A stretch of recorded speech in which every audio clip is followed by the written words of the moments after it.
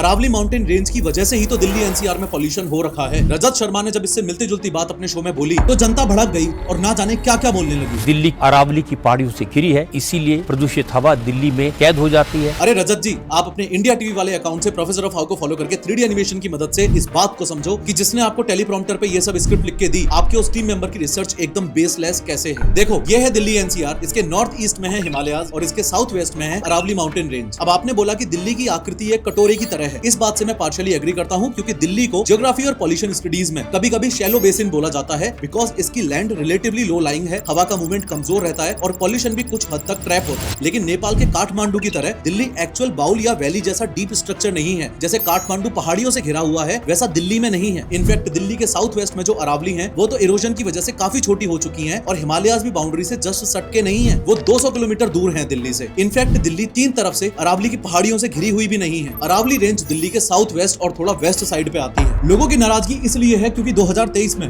आपने air pollution के लिए केजरीवाल को जिम्मेदार ठहराया था कि दिल्ली में रहने वालों की उम्र 10 साल कम हो गई है। इसका जवाब केजरीवाल को देना होगा। लेकिन सिर्फ 2 साल बाद आप एयर पॉल्यूशन के लिए रेखा गुप्ता जी को जिम्मेदार ठहराने की बजाय उस 250 करोड़ साल पुरानी अरावली को जिम्मेदार ठहरा रहे हो। जैसे केजरीवाल के टाइम पे तो वो अरावली थी ही नहीं। अरावली तो दिल्ली एनसीआर को रेगिस्तान बनने से रोकती है। इसके अलावा और भी अनगिनत फायदे अरावली के मैंने इस लॉन्ग वीडियो में बताए हैं। यहाँ नीचे लिंक है, इस पर क्लिक करके अभी के अभी देखो।